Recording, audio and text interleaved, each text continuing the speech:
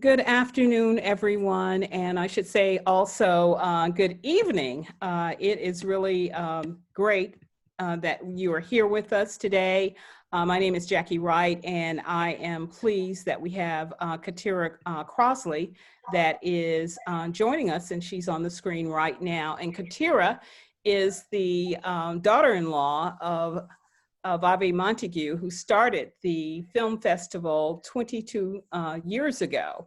And it's really great to have her here and on screen and able to talk to us about the San Francisco Black Film Festival. All I can say to begin with is that I would like to commend Katera Crossley and Callie O'Ray for the fantastic job they have done to carry on the mission of the San Francisco Black Film Festival, and that is to provide for the film festival and the world an opportunity for artists from around the world to give their perspective of the African diaspora story. And so with her being here, having just worked on another project for the film festival this day that started a couple of hours before this, Katera, the floor is yours as the screen you're already on screen. And thank you so very much for joining us. No, Jackie, thank you very much. You've done a lot for us and a whole lot for the festival. And as you stated before, this has been a lifelong journey for my husband, as his mother, Ave Montague, started the festival in 1993, and he was always involved in a part of what she was doing. And when Ave passed away unexpectedly in 2019, it became our new mission, because it's a very necessary thing to have yourself represented in a media stream that is so prevalent in everything that we do, and to see ourselves reflected in movies, music, art, and in the media period is necessary, to know that we do exist, and we exist in this status across the world. The diasporic view of people of color can get so shaded in the idea of an American that it's good and refreshing to be able to see that our lives are reflected around the world, and to be reminded of the power that that holds, and that we're not alone. And what I've seen over the last 10 years, because we're still learning film, and we're still learning the festival scene. I know 10 years seems like it's been a long time, but we've really had to backpedal and push forward based on the blueprint that Ave left, and rely on the friends and the professionals that support us, like Jackie Wright, and hopefully some more friends and co-presentation and people that we can rely on across the world to keep pushing forward this mission of positive images, truthful images. I feel extremely blessed, and I've watched it change and grow. In 2009, it was basically historical documentaries and messages from the past. Now I'm actually seeing more narrative, more theatrical film, and it's a beautiful thing. I love it. You know, people are picking up cell phones, and kids are encouraged to start directing film, producing film, and putting their stories on screen. I could ramble on forever and ever, but I do want to make sure you understand that I appreciate the group of people that have taken the time to come and check us out and see how we can work collaboratively and move forward. If there are any specific questions you have about the festival and what my role is and what Callie and I have done or trying to continue to do, please feel free. I didn't prepare anything, and I really could just keep going. Okay, well, we appreciate what you have shared, and I think you opened the door about the fact that we have friends from around the world. And with that, the Durban Film Mart is really a new friend that is joining us, and then also the Durban International Film Festival. So we're so excited about that. And of course, the Kunanis, and then right here and in our state is Jennifer White. And also, it looks like we have Damon Jamal that has joined us. Hello. Hi, Damon. Hey, Jackie, good to see you. Oh, great, great. We were just listening to Katera Crossley, the festival director with Callie O'Ray, was just speaking and talking about the mission of giving opportunity for filmmakers from around the world to give positive images of the African diaspora. And here you are, a filmmaker. Your film screened in 2017. And we're just so excited about, you know, the message that you gave through that and the fact that it still speaks today. And as a matter of fact, we're going to go ahead, Damon, and get right into that film as soon as possible. And we're going to chat with you and everybody else after that. Okay. Cool. Here we are. Can you see my screen? It should be showing now. Yep. Here we are. Let's take a look. What's up, y'all? I'm Damon Jamal, and for the next 30 minutes, I'm bringing you with me on my journey from California to South Africa to figure out how we as Black people can bridge this gap and get money together. I was fortunate enough to be able to travel and mingle with a great group of Black professionals for a week in South Africa in order to get this going. We went during the week that the city of Durban hosted the first International Essence Festival, which had a focus on business. So it was the perfect setting. But before we get to the business, let's put things in perspective. The panel that I moderated yesterday was focused on transformation and achieving radical transformation and, more importantly, sustainable wealth redistribution. And that at times can be quite a critical conversation to have, especially in a country like South Africa, given the unfortunate past that we have of colonization as well as apartheid. Quite a few big international investors in KZN, as I've said, Toyota, Samsung, Unilever. Number one, we need to change our mindset as Black people. Know that we are worthy, know that our goals and ambitions are achievable, and that we can meet the need and find the gap in the market, not only to capitalize on, but service the needs of the people within our communities. Well, we're delighted to have our American businesses visiting us during this Essence Business Conference. So, as a Durban Chamber, we partnered with the municipality in hosting this particular conference. And that was in a statement that was reflected by Mr. Ron Busby when he said, our ice is as cold as the white man's ice. And of course, interacting and seeing the interactions between local respected leaders in the social, in the business, in the political landscape, and with their counterparts from the US. In South Africa and Africa overall, we actually consume quite a lot of Western media, news, developments, and influences and exchanges they're hoping to have with some of our South African counterparts. The reason why we're here is to see if there's something that can come out of this. This meeting that we have started, and so far so good, is looking very positive. My name is Mega Tabati. I'm one of the directors of Uzalo, South African telenovela/soap. And we are on our third season now. I just joined the directing team after being an AD for season 2. I don't see myself just directing always, because then I'm not going to empower a lot of people that way. That's entrepreneurship, have our own company, direct, but also bring up other directors, other DOPs, other guys that are studying in Durban that don't want to leave to go to Johannesburg. So, you know, contribute to making an industry in my own city and then telling our stories to everybody.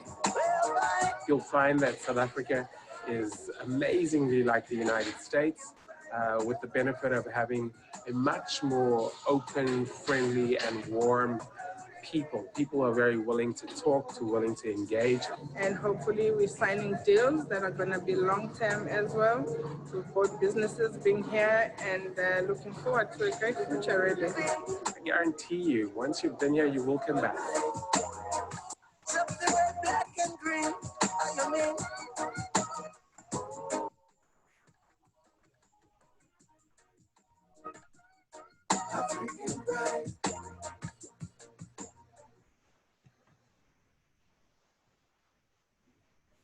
So that was, I think, a lot of great information in that 3-minute clip. So thank you very much, Damon. Did you want to share, from your perspective, some of the things that you've learned from that experience of just getting the business aspect of it? One of the things that I liked about what you said is that we want to get our money together. And I think that's also a great springboard for the conversation. And also, I know it's falls in line with Mrs. Kuneni's call to action that Black people should be doing business in South Africa. So, Damon? Yeah, I mean, I think it's even more relevant right now as we, especially here in the U.S., as we, start the things that we've been talking about over the last couple months. People have been in the streets protesting, and now, particularly, I mean, I know everybody knows among us Black people, all this stuff has been circulating, all these different apps for Black-owned businesses. A lot of emails, a lot of text messages on basically just spending money with Black people. And that's something that has never happened before in my lifetime. You know what I mean? Like this push, this real serious push to spend money amongst our own people. I mean, it's $1 trillion that, floating around that we spend money. So let's spend money to, with our own people. Let's spend that $1 trillion with ourselves. So yeah, I think it's even more relevant right now. I mean, I know Ms. Kuneni is a serious advocate of that. So she can do a whole class on that. But yeah, I mean, the experience was great for me. Going over there and discussing these things and trying to connect the dots. So I mean, right now more than ever, call to actions, time to execute. Yeah, one of the things that that really hit home for me too was this idea of providing additional opportunities for other people that came through. When the director Minga mentioned, say, hey, I don't want to do this forever. I want to make sure that there are other directors that I'm bringing along. And I capturing that, I think, was really, really key of making things generational, even within doing business, like in 2 or 3 years or 5 years, making sure that you have other people coming behind you that can do the work that you're doing is really key. Thanks, Damon, for that, and thanks for that work that you did, because the entire film itself is about 40 minutes, I do believe, right? And it's a great work. Now, keeping in mind that things are going to be organic and fluid here, our next panelist that I want to just bring in, because she has a time constraint that she texted me about, and we want to make sure that we take care of family responsibilities. We have Jennifer Wright from San Diego that has started this company called Roots and Vine. Jennifer, let's talk a little bit about that in the context of today's topic, your work, Jennifer. Thank you, Ms. Jackie, and greetings to everyone. Thank you, Damon, for sharing your film as well. Roots and Vine started after UCLA Black alumni had done we do biannual trips to South Africa. And so we had visited Ms. Kunene and done a wine tasting and just learned of the atrocious working conditions that largely Black women endured to keep the wine industry afloat in South Africa for over 300 years, which many people are unaware of. And so we just kind of had, if we work together, if we pitch our money in together, could we do something about this? Could we start a business and import? And so we just surveyed our travelers and got an overwhelming yes. We had been encouraged by Mama Kunene after visiting her home year after year, after being welcomed, like a red carpet rolled out for Black Bruins when we arrived in Durban.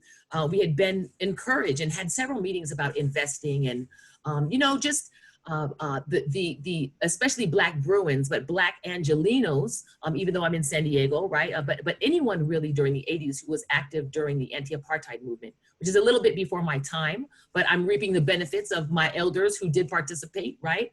But to engage economically. And so the advice was to not do service, to that we needed business in South Africa. And so we got 10 Black women to invest $5,000 each. And so we've got a $50,000 at least lump sum to start, to get out of the gate.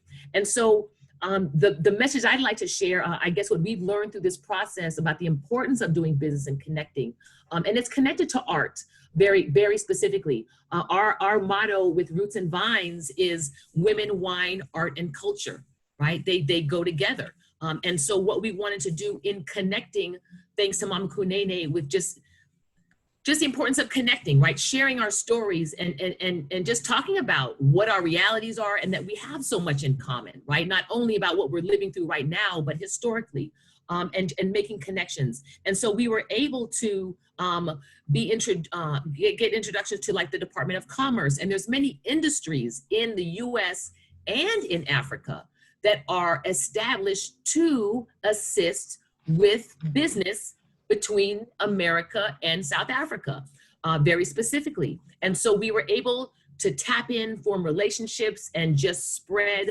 We got linked with the Wine Industry Transformation Unit in South Africa, which is dedicated solely to promoting Black women in wine, to level the playing field. As I said, 300 years, white men have been making lots of gazillions of dollars off of the wine industry, off of the backs of Black women. And so what we're doing with Roots and Vines is we've got Black women investors, and we are importing wine from South Africa made by Black women. And so what we are doing is effectively opening up the $70 billion wine economy in the US to South African women. And so this, in terms of, this is a larger effort of Sister Circle. And what we really are trying to do is integrate various value chains, if you will, to benefit Black women very specifically and intentionally. And Damon mentioned the $1 trillion that we have. And you know, it's a very popular number. African Americans spend $1.3 trillion every year just going through our fingers, what's on our backs, what we drive, what we eat, what's in our refrigerator. And so what we've made an effort to do is we've got a team of 25, and what we call that is a pipeline. We're creating a pipeline between Africa and the US to take advantage of very specific policies that have been in effect for 20 years that I learned through a contact through Mama Kunene. African Americans have not been taken advantage of. We've been asleep at the wheel. One of these policies is AGOA, the African Growth and Opportunity Act, which allows for duty-free imports from Africa to the US. And so most of my colleagues, you know, my network in UCLA are, you know, we're in the service areas. We're doctors, we're lawyers, we're judges, we're professors, you know, but we don't really do trade. We don't really have products. What I love about filmmakers is that, you know, filmmakers have products, right? You have to employ people. There's a pipeline, there's an economic pipeline that you're very aware of. And so very much when we operate as consumers, we don't think about this pipeline. And so Sister Circle is trying to help start conversations about this, educate people as we go through, and really connect not only the US 1.3 trillion, but it's little known that Africa's consumer spending will be 2.2 trillion by 2025. And then the rest of the world where Africans are present, South America, China, Asia, Australia, we're everywhere, right? We speak every language, is another trillion. So together we have $5 trillion in spending power. And so not just buying Black, but what Sister Circle is trying to do is to create a movement. We've got teams of 25, where it's like we commit to 25% of our monthly annual spending that we spend in Black businesses, right? And if we were to do that, I'm gonna cut it off, I'm sorry. And we hold roundtables about doing business in Africa quarterly. Sister Jackie just participated in one. This was all initiated or dreamed up because of Mama Kunene and her continued encouragement to do business. And a lot of African Americans want to do business, but we don't really know how, right? And so because we've been traveling to South Africa for over 10 years, we just have a lot of relationships. And so we bring people, and so we do making, right? Damon, I'm sure, well, in South Africa, there's so many talented people with business people that are hustling and have products. And so we want to, and so there's a disconnect between these amazing products in Africa and the US dollars. Let's say, for instance, all these COVID dollars. I don't know if anyone, our travel business is shut down. So we've got some small business administration grants that we've been getting. Workers, what's it called? Pay for workers, unemployment, right? So these funds are coming in to our communities, but are we using them for our businesses? So we're just talking about harnessing our skills and our talents and our spending power. So if we harness that 5 trillion, and our team of 25 is about 25% of our spending should just be Black, right? If we did 25%, that would generate $120 billion a year for our businesses. So Damon, for your films, Sister Jackie, for what you're trying to do, Mama Kunene, for all your businesses, Zos, right? All of our businesses that we have, this would help it thrive if we made this commitment. And then we could tax ourselves. If we did do that 10%, not 33% like the US government does, we could generate $120 billion a year, like for ourselves. Like we wouldn't need reparations. We could fund African country aid. We could fund family aid. We could fund education. We could do business loans to our own communities that we never get business loans for because they won't loan us nothing, right? So to just create the own infrastructures. And those of us who have been in student government in majority white universities, it's like running a city, right? Some of these budgets have been are larger than some of the budgets in countries in Africa. And so we've learned how to utilize these pots of money and tap into them and ensure that there is accountability and evaluation. And anyway, so there's this effort to buy Black. And so what Sister Circle is trying to do is to just really connect it and build a pipeline between Africa and the US and create some purpose in our economic goals and really integrating the pipeline. And so wine, I said all that to say wine is like our entry point. We're starting with that, and then next we're looking at importing shea butter from women who make processed shea butter in Ghana. So we're very much focused on Black women in the and where they are in the economic pipeline around the world. Not only are we at the bottom of every economic outcome, we're at the bottom of every health outcome. And we really just want to make sure that we harness the energy and the power and the intelligence of Black women around the globe. So that's what we're doing. We have a wine tasting coming up, and we'll be launching, and we invite everyone to connect, as our goal, as I said, is trying to integrate the value chain.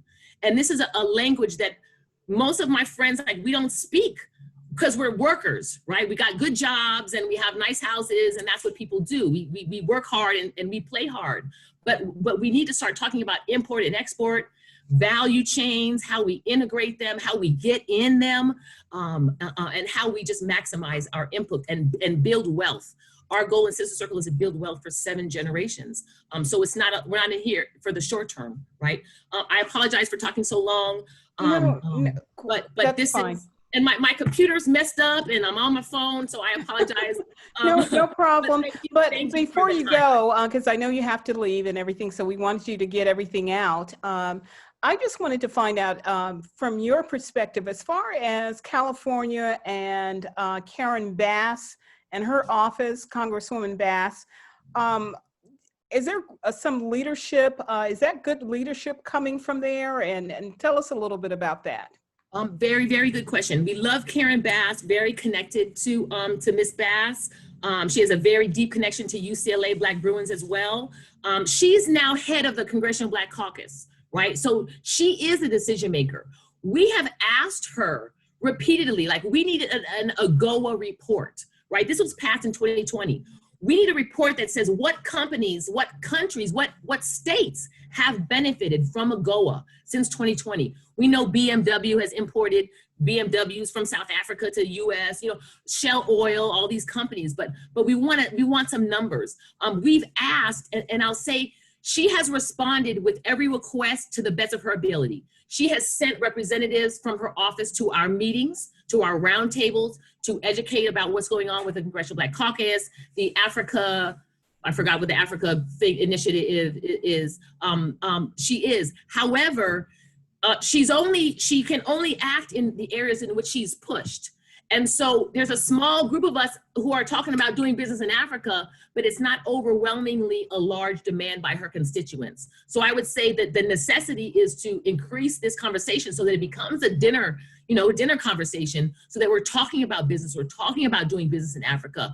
We have all these efforts like out of Atlanta, I know, Buy Black, We Buy Black, all out of Atlanta. And I've tried to reach out and like, well, how are we connecting with Africa? And it's kind of, it's there a little bit, but it's not really focused. So I'd say like, it needs us. Karen Bass is waiting for us to push her. And so it's just gonna take, spreading the word and creating some advocacy around doing business in Africa. The other thing real quickly I wanted to share, Donald Trump, as much as we love him, he's the only president who actually put money into AGOA. So he put a pot, it's called the BUILD Act, B-U-I-L-D, $60 billion to fund AGOA. So for third world developing countries, he totally reorganized OPEC and country aid. And so now US can load individually to businesses. And so what we were saying is, we were asking Karen Bass, like, okay, there's a committee of white men who are controlling this, but where's the Black representation? You have African Americans in the US who are getting overlooked, and Trump is giving this money to his white men who have businesses in Africa and all their friends, but it's like, where's the African-American presence? So I believe we need to be more vocal about our presence, about our connection to Africa, our belief in it. Dr. Arikana Chimbori Kwao, the president, a former US representative to the African Union who was fired for her outspokenness, recently talked about African Americans just not understanding Africa, not being connected. And I feel like, sis, like you in the wrong circles, like we are here. We are here, like, but we need to be louder. And so a lot of the Black Lives Matter is about African Americans and Blackness, but the connection between Africa and the US is not really there, So I'd say it's up to us who have that connection to be more vocal and make more of it. Great. Jennifer, a lot of great information.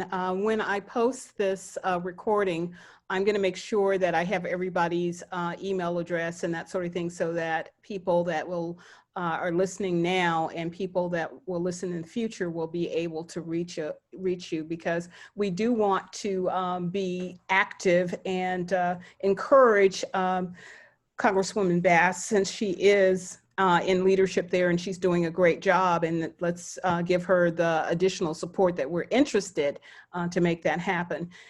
So thank you. And I know you may have to drop off at any time, but take care of our little sweetheart that you're going to be going to pick up. So we really appreciate your being here. Thank you for the time. And I'll post the email or our website and my number in the bottom, so okay. We can contact.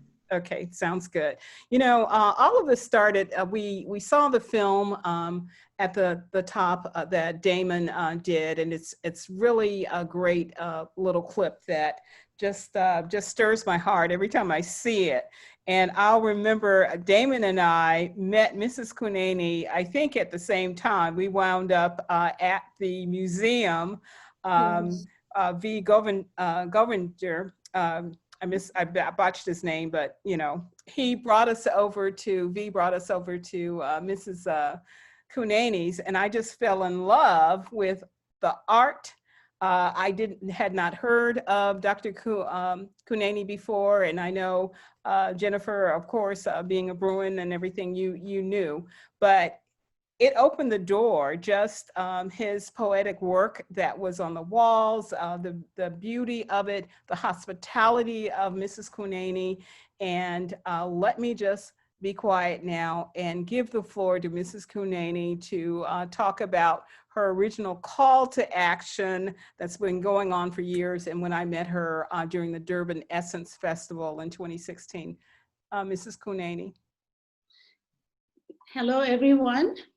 I'm so excited and thrilled just listening and watching Jennifer, so strong and animated. It took me, I don't know how many meetings with UCLA Black Room. I said, stop visiting. Please come and let's do business, because during our years of exile in Los Angeles, when you were marching, divest from South Africa and all of those things, you did it with so much passion.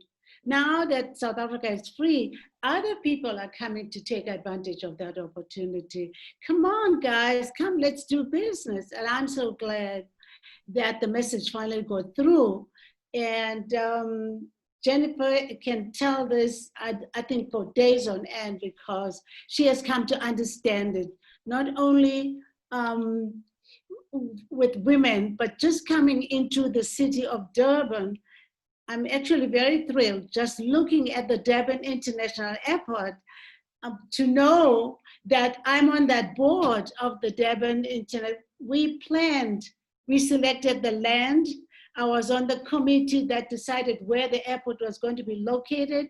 And we had to produce that airport within a limited time because we wanted it to be functioning for the 2010 World Soccer Cup that was coming to South Africa, because the then current Durban airport was small, and we knew that there was going to be a huge demand for activity at the airport. And just for me, as a South African Black, sitting on the planning committee and looking at a budget of over 12 billion South African rands, and that's about $8 US, and making such big decisions as building an airport. I thought to myself, yes, we are free, but there are contracts and subcontracts that emanate from those kinds of things, that when we as South Africans don't have enough skills, that's when we say, okay, Jennifer, do you have engineers who can come and do this and this and partner with us as an organization or as a business group? So I think that clip, when you open up with Durban, I feel very excited because I was there from the beginning, from the time when we were clearing the cane fields to the time where we opened it up for the first the flights coming in, and the exercise of moving an existing airport overnight, like 24, 72 hours, and moving it to the next airport so that the flights can start flying. I thought to myself, this is an experience that I can look back and tell my sons and kids, yes, we are free, because those things were so far from us. They were so distant from us because we were never on those boards. And that's why I want to emphasize this thing more and more when I speak with Jennifer and Jackie. Don't march past the table where the money is. I think there should be different committees that says, okay, Black Lives Matter have moved this far. Okay, you guys sit down and start planning. Because if one company says, we're giving 100 billion or 1 million to black business people, within 24 hours, there should be an action group that goes to the door of that company and says, okay, what did you say yesterday in the press? Okay, we're ready. Here's a committee. How would you like to do it? But we have a plan. But you have to have a plan. But in other words, it's not going to be next year this time, because sometimes these things are done by corporations just as a response to the moment. But you have a much deeper need to have a proper plan. I saw that Congresswoman Karen Bass has formed a new committee for a finance committee. I don't know what it is all about. I saw it because I follow what she does. So in other words, the Durban Essence Festival was not as successful as I thought it should have been. But then it was the first experience. So we can forgive them, but we want outcomes. We're looking for outcomes. We don't want a huge festival like that with a huge spend, and then there are no real outcomes. So we must now insist on those outcomes and know exactly what it is we're going to do when we do plan A and plan B, but it has to be. I was at the first AGOA conference in Michigan, in Detroit, in 1998, actually, when the AGOA was proposed. I was in that room. I actually traveled back to the US because I was already back in South Africa. But then you see what happens. When the textile industry was allowed to trade, to export to the US, when different areas were allowed, other people came back, white companies came back and said, okay, now we've got the money, we've got the factory, and there's AGOA. We'll just change the name into an African name, and they just started trading because they had the money. Exactly, exactly. They had the money and they had a plan. They always have a plan about money. So AGOA has always been there, but as I say, I was in the room in Detroit, Michigan, when that thing was proposed, and I came back, my head was so big. I said, oh, we're gonna do business, we're gonna do business, but it's about the capital. And what we can share, because Zosukoma is going to speak, what we can share was that when the airport was built, there's a percentage of the spend that was supposed to be spent on community social responsibilities. You know that. Mm-hmm. So about 10% of the total amount was supposed to be spent onto the surrounding communities. And then my hand was up. I said, what about the school at Lucy where you went, Jennifer? That's how we got the money from the construction of that airport. I said, no, I need money to build a library at the school where Professor Kunene is laid to rest. And that's where we got that money. You have to be clear. You have to make the demands. You must be there at the table to make those decisions because they don't know. Even the people who are making these offers, they're not quite clear. I think if Ben & Jerry's says, okay, now we should be opening outlets in the Black community, you should say, no, Jennifer should be the first one to say, well, I know just where we can have a Ben & Jerry's. I'd like that franchise. Will you finance it? Mm-hmm. Immediately. And Ben & Jerry, you have a chocolate or a coffee flavor in your, okay, I know I can talk to Mrs. Kunene to import coffee from Cote d'Ivoire. You understand what I'm saying? Exactly. So that it's action. That's what I've always appreciated about you, Mrs. Kunene, from the very meeting that I met you in 2016 of November, and then you visited San Francisco in 2017, January 2017, at the Felton Institute that is headed by Al Gilbert, and they hosted you, and right in the middle of everything, as soon as you sat down at the table, you made that call to action that, hey, we need to be doing business with one another. And then consistently, you have come to the US back and forth.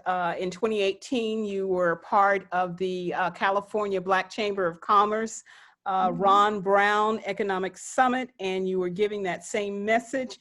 And by now we should get it. And it's really great that Jennifer knows that message and has gotten it. And one of the things two things that came out for me going to Durban and being at the Essence Festival, number one was the mission of the city, which said basically by the year 2030, Durban would be the most livable city in Africa, and it would be the most caring.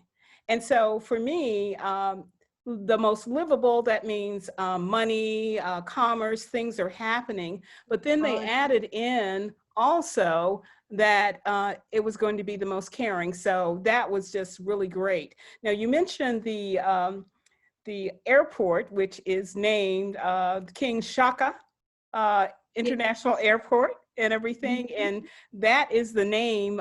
King Shaka, Shaka, Emperor the Great, is the work that your husband did a great work about King Shaka. So at this point, I'd love to hear from Soshu to talk about the whole idea of the theme of art and the significance of having heroic stories and everything. So we've talked a little bit about the money. We want to get back to a little bit about the art.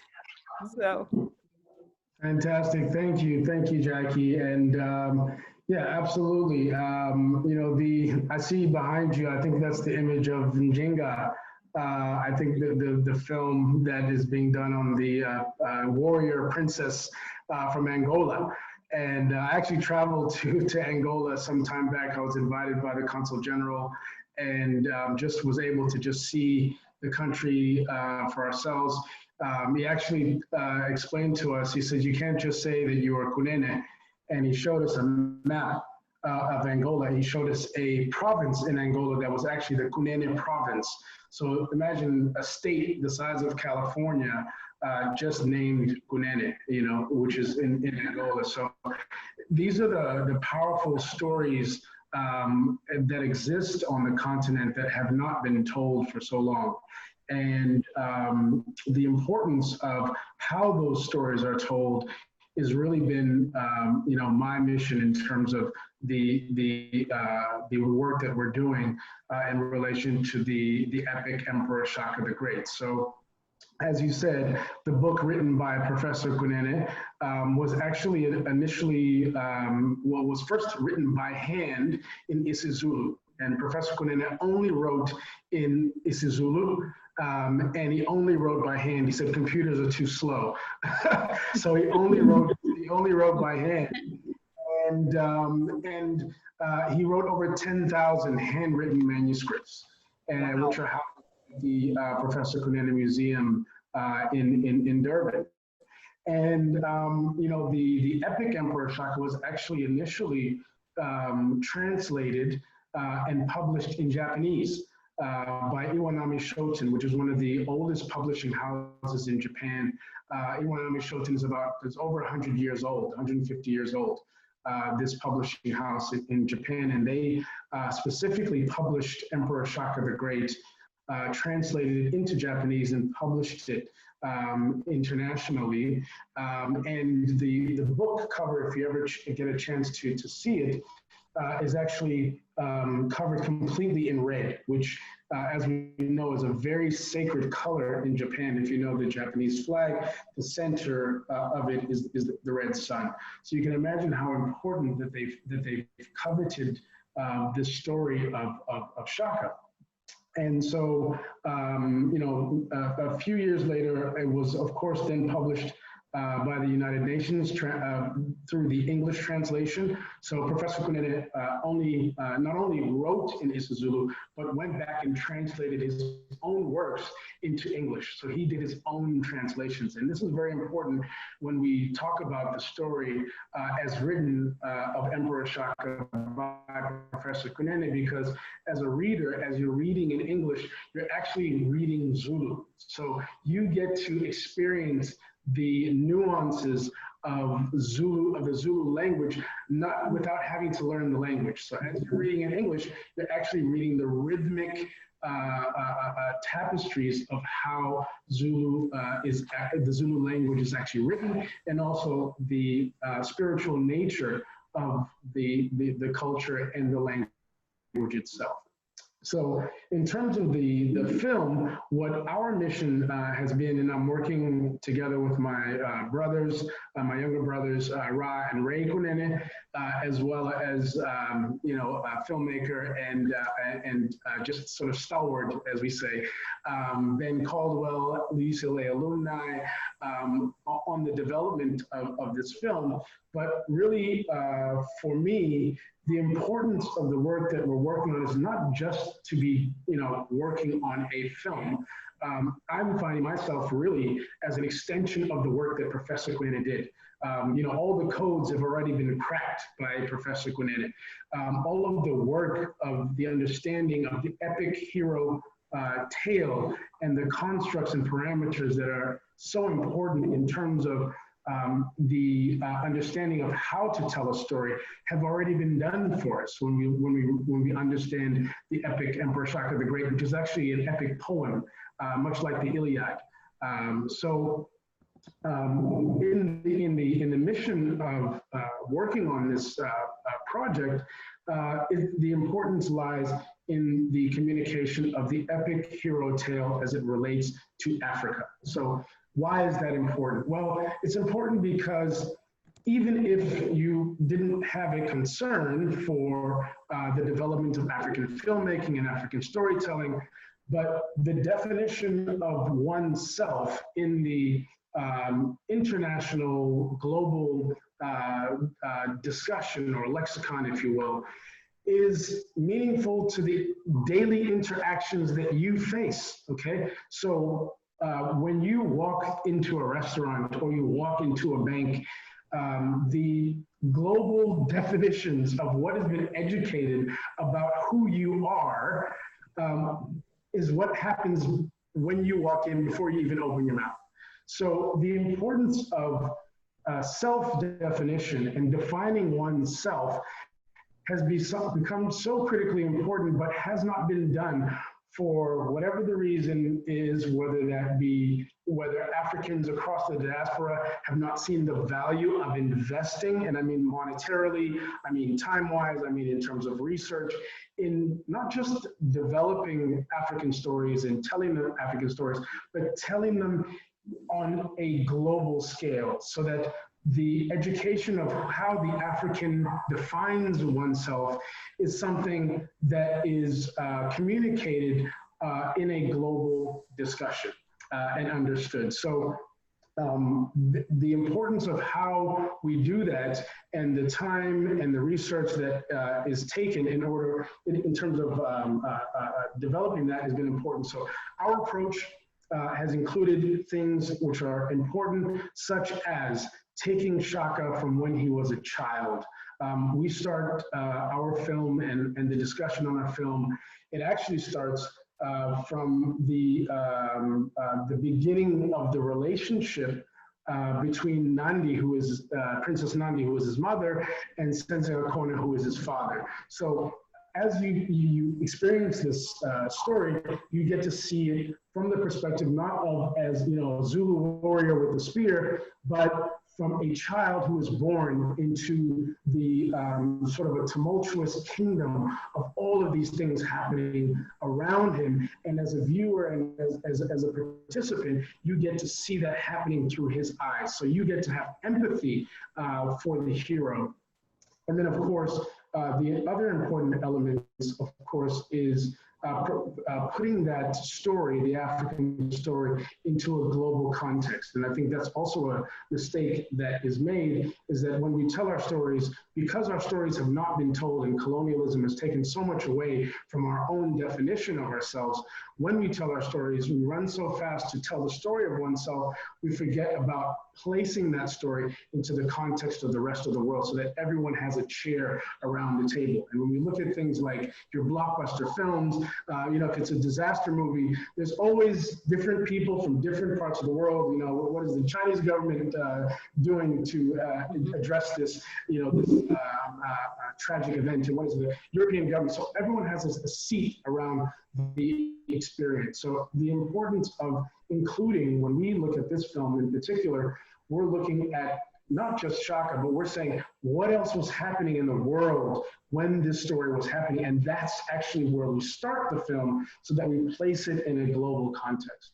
And then, of course, lastly, just ensuring that we utilize the platform of this particular story to tell the stories of other African cultures and other African regions that we can, sort of intersplice into this discussion and presentation of the story of Emperor Shaka, which is not so much a story about Shaka. Of course, he is the main character, but at its core is a tragic love story between Senzin Akona, who is his mother, and Senzin Akona, who is his father, and his mother, Princess Nandi, and him dealing with this tumultuous relationship and all of the different relationships that happen to eventually tell the story of this person. Wow, that's really great, very powerful. explanation and everything. Really appreciate that. And with that, you were talking about this one story that has various aspects of it that could really teach people so much. And one of the things that we've been reaching out to the Durban International Film Festival and also the Durban Film Mart. And we have a couple of people that are here. Our original guest was not able to get through because of technical problems, but I'd like to hear a little bit from the Durban Film Mart, or rather hear from them in terms of their role in getting out those authentic African stories by Africans and their perspective. So I don't know if Monty or Mitchell, if you all could take the floor, we'd appreciate it so very much. Sure, I'd be happy to. The Durban Film Mart has been around for 10 years and has been a project of the Durban Film Office, and it ran in conjunction with the Durban International Film Festival. The Durban Film Mart is one of the largest co-production markets on the continent and works with other established co-production markets across the world. Not only acting as a feeder for these markets, but also acting as a way to assist and accelerate projects not only from South Africa, but from the rest of the continent, and helping to raise visibility around these projects. For the longest time, the Durban Film Mart has been the focus of not only the South Africa, but throughout a Pan-African focus. But through the years, we've also working with various partners, have also started to reach out into partnership with the diaspora as well. So we have previously had a partnership with Caribbean Tales, and we work with other organizations that work to help advance projects that come from the continent. The Film Mart allows people has many opportunities. Firstly, it's to find product and projects of the highest caliber through our different development platforms. One being the Finance Forum, where we take usually 10 projects of both documentary and fiction, but this year we'll be increasing it to 15 projects on both sides. As well, these are original projects in development that get hands-on training to become ready for market, to pitch to various financiers and other keys in the economic value chain of film, as well as our partnership with the Berlinale Film Festival.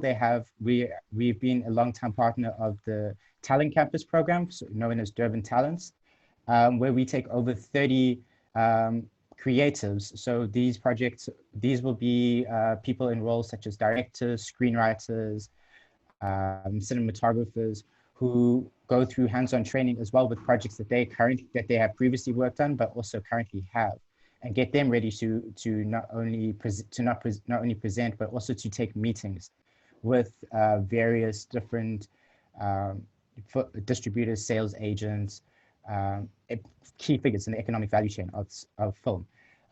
There's also the ability to meet not only projects that are part of the Durban Film Mart, but also the talent from the continent that attends, as it being one of the biggest co-production markets on the continent. So there we have various filmmakers who are not only participating in what usually would be the Durban Film Festival, but also the Durban Film Mart, but also people from across the continent who come to engage with other organizations and other key members, as we said. And as well as we work with a lot of, we're constantly working to establish partnerships with different organizations and key institutions, such as different film institutions, such as an example of previously had been like the Kenyan Film Commission and Nigerian Film Corporation. And we're constantly growing this as we expand. Wow.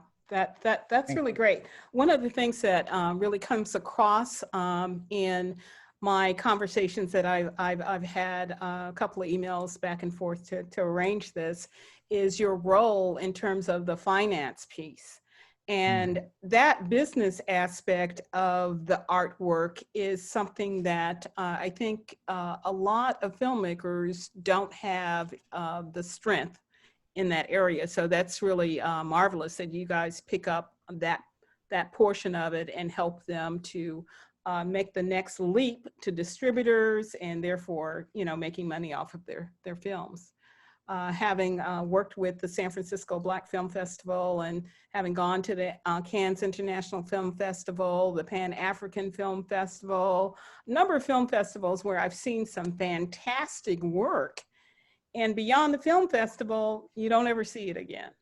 So that work that the Durban Film Mart is doing is just really, really very significant and important. So thank you for being able to share that with us, Mitchell, and everything. So any other points that you'd like to weave in to, or?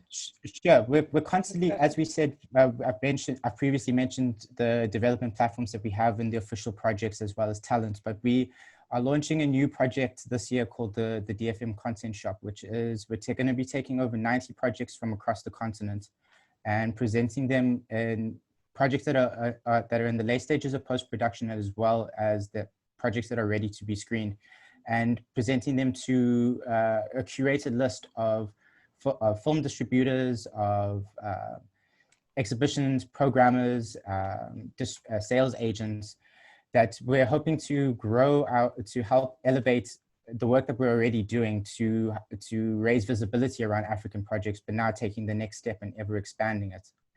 That is something that we're really excited about, but we encourage any people who are interested in African projects and African content, talking about what some of my fellow panelists have said about how we highlighted that.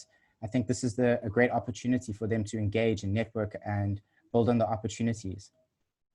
Great, that's wonderful. Now, because of COVID-19, the San Francisco Black Film Festival is virtual. And how has that impacted the Durban film markets in terms of the pandemic? I think like everybody, like across the world, festivals and markets of all sizes have been affected by this. This year, we are planning to go digital, and we will be digital from the 4th to the 14th of September. Though we lose the greatness of a physical market, what we do gain is the possibility of expanding our reach for people who might be limited and unable to travel to the market. Now we're able to bring this to a greater audience, a greater reach, and a target audience, as we said, that we're ever looking to expand to, which doesn't just include the continent and people who are interested in African continent from other parts of the global north, but also into areas such as the diaspora as well. And well, that's great. That's great. That's one of the reasons that we're just so glad that you're at the table talking with the San Francisco Black Film Festival. Having traveled to Durban, it's really was very fascinating to me that both Durban and San Francisco are both destination cities. And they being right there on the ocean, right there, Pacific Ocean, the Indian Ocean, there was just so many similarities. So I'm so excited that at least with the San Francisco Black Film Festival, that digitally we'll be able to share with our filmmakers like Damon Jamal and many of the others the great work you're doing. And hopefully there'll be some synergy that occurs that can develop additional projects and everything. And once again, I just really appreciate everyone speaking and talking about things. I came away from Durban and the Durban Essence Festival just energized, and with that message of the mission of the city of Durban to be the most livable city in Africa and the most caring city in Africa. So you have the caring and you have the commerce both together, and that's really marvelous. And one of the things that impressed me, because I know that there was interest in having doing business with everyone, but there was a specific call for utilizing the term Black industrialists.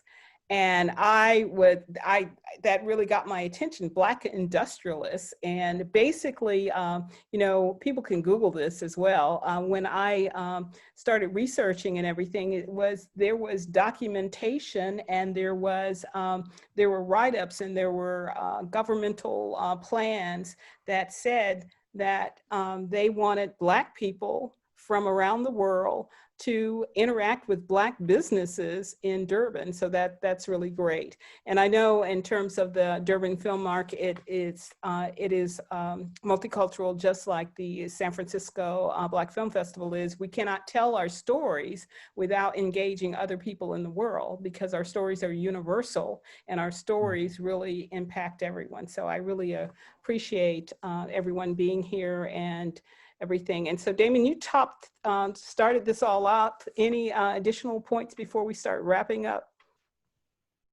from you?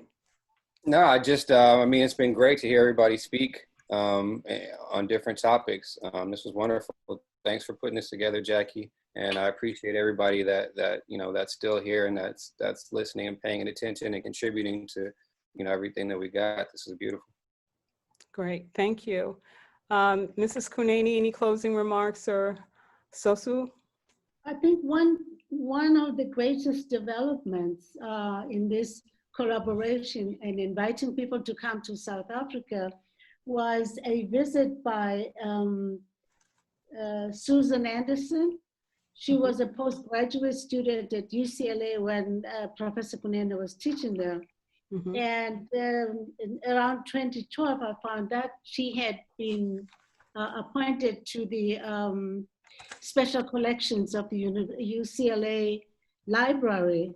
So when she found out that we had this museum in Durban of Professor Kunene's collection, she said, I'll take time. She took time for 3 months, volunteered to make and turn that museum to what you saw as a world-class museum without charge. And wow. I think it was the most wonderful thing. And she did a lot of training. And at the end, because of her stature, she said, this museum is not only just a manuscript museum now, it is a Masisi Kunene's collection.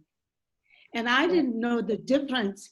So she went back, she got back to San Francisco, and she got this huge appointment in the library, one of the big libraries there. The Oakland, she became the executive director for the Oakland African American Museum. And I don't know if she's moved on from that or not, but she was just tremendous in her work there. Yeah. So. No, we're very excited because recently she was given a huge merit award for the California Historical Black Comment, just a month or so. I'll send you what it is. I was just thrilled that some of my preachings and hosting people to come to South Africa, we were the greatest beneficiaries of Susan Anderson's intellectual capacity. She actually came and shook up that museum and made it what you saw to be. So I think we should continue working together. And I think we should plan, and you and I will talk, we should plan with some specific committee that from South African Blacks and the U.S. Blacks said, this is action 1, 2, 3, 4. Yes, I had mentioned V. Govinder earlier because it was the result of him and for me being involved in going to the Durban Essence Festival. Roland Washington, who is an entrepreneur and also has a lot of great work with the city dealing with people with mental health issues and things like that. Very versatile person. And if it were not for Roland, particularly for me, I would not have gone to that trip, wouldn't have even thought about it. As a matter of fact, it's amazing, and I'll just share this personal experience with the whole thing with Africa. I, for years, did not want to have anything to do with Africa at all. As a matter of fact, I was one of those people that, every time somebody came back and said they'd been to the motherland, how wonderful it was, I turned the other way because I had deep in my heart this attitude about, well, I don't belong to Africa because they sold me. It took my people to sell me to be a descendant of slaves. And so that was very much my attitude. And then I met an African playwright and an African filmmaker, and I was able to express that with him at SMU. We happened to be talking. I was covering some film festival and everything, and I expressed that to him, and he was Cameroonian. And as a matter of fact, he said, well, you know, Jackie, you need to release that. And as a matter of fact, you should come to Cameroon and we're going to give you land and all that sort of thing. So it started working away my attitude, because there was like some retribution for what had happened in terms of that. And also the other thing that happened, that before Roland got in touch with me about this project, I happened to be praying in the Spirit for me. And in my praying in the Spirit, the Lord spoke to my heart and said, now speak to me in your language, your first language. And I opened my mouth and I couldn't say anything. And I was like wondering, why am I not saying anything?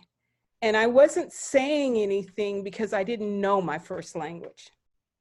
English is my first language because of necessity, but in terms of my genetic language, based on the people who look like me, I did not know it. And so when I went to Durban, I had more of an open heart that I needed research. I need to see where I come from. I need to go to Africa. I need to touch the land. And I went there and to meet you and so many of the other people that were saying, hey, we not only welcome you, but we want to invest with you. We want to work together to have you invest in our businesses, our Black businesses, hand in hand. And I like that paradigm because it was a matter of working together to achieve a better future.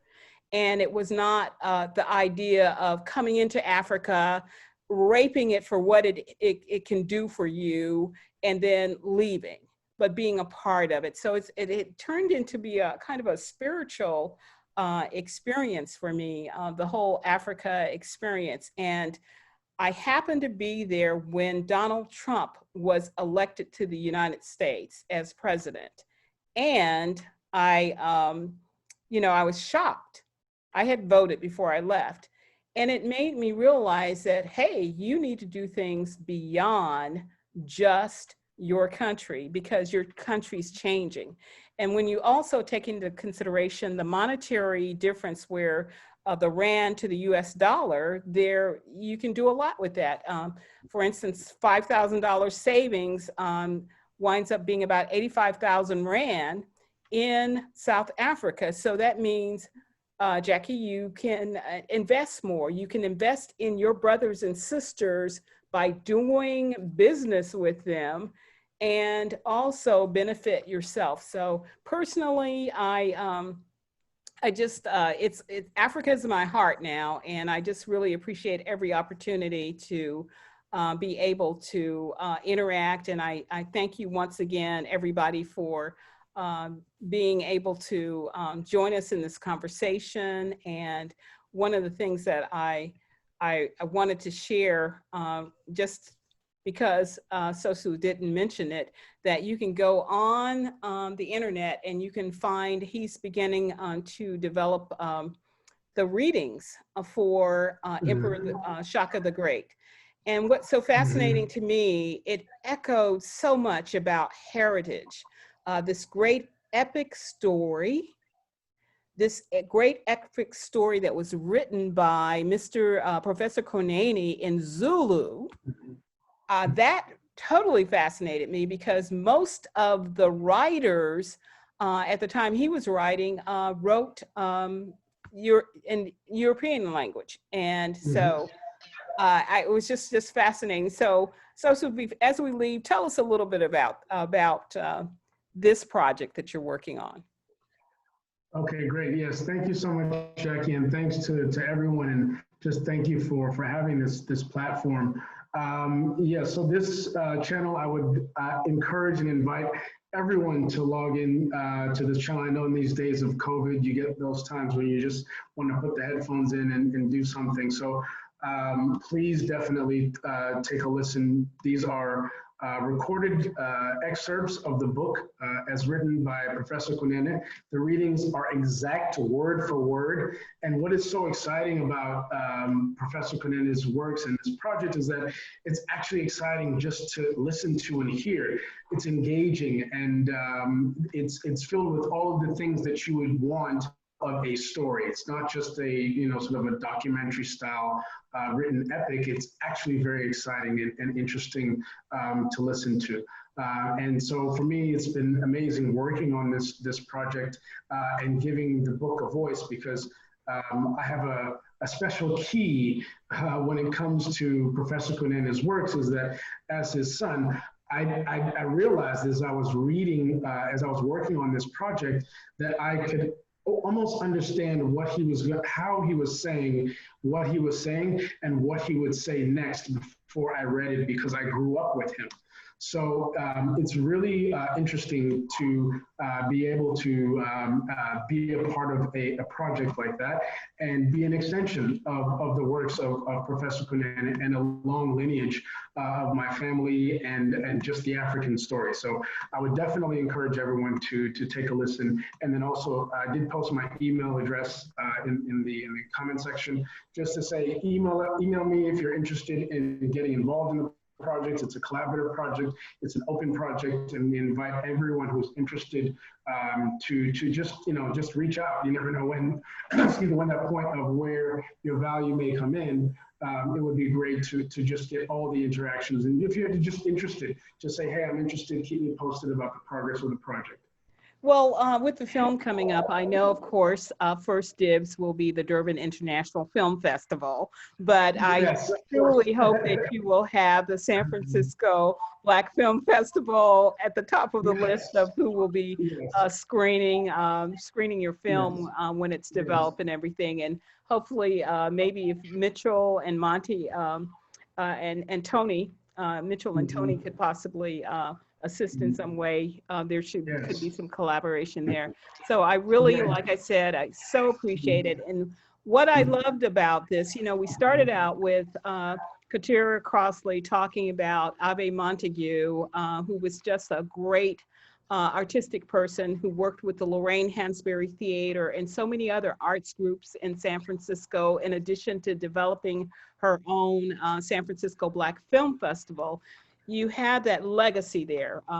Here it is, her son taking over the project. And then now, as we're in this conversation, we have a son that is reading the work of his father. And it's just so great to see the rich generational things that's just in the course of this conversation that at first glance, you wouldn't realize and see the significance. And I think there's been a lot of information that's been given from Jennifer with some specifics around some of the plans, and then also Mitchell with the explanation of the Durban Film Mart, and Damon's great work, this shooting, starting this whole thing off, this whole conversation, that people can be able to get a lot of rich information beyond what's here, what we're saying as they Google some of the things that Mrs. Kunene talked about. And I always love speaking with Mrs. Kunene because she gives specific examples of leadership, of how she picked up the phone and said, hey, you're going to be building a new airport. You need someone like me on the board. So that is always great to have her example. And I love you, Mrs. Kunene. So everybody, thank you so very much. The San Francisco Black Film Festival, Katera Crossley and Callie O'Ray, thank you very much for allowing us to have this platform, Live Talk at SFBFF. And we just appreciate the Durban Film Mart being in this conversation, and also we look forward to tying in some of our work with the Durban International Film Festival as well, and people that are on the line now and people that will see this as a recording. We welcome you to get involved with all of the organizations that have been represented today in this conversation. Thank you all very much, and have a blessed rest of your weekend. Bye-bye, everyone. Thank you for having us. Thank you, Jackie. Thank you for having us. Bye-bye. Bye-bye. Thank you, Jack. Wonderful meeting you. You stayed long enough.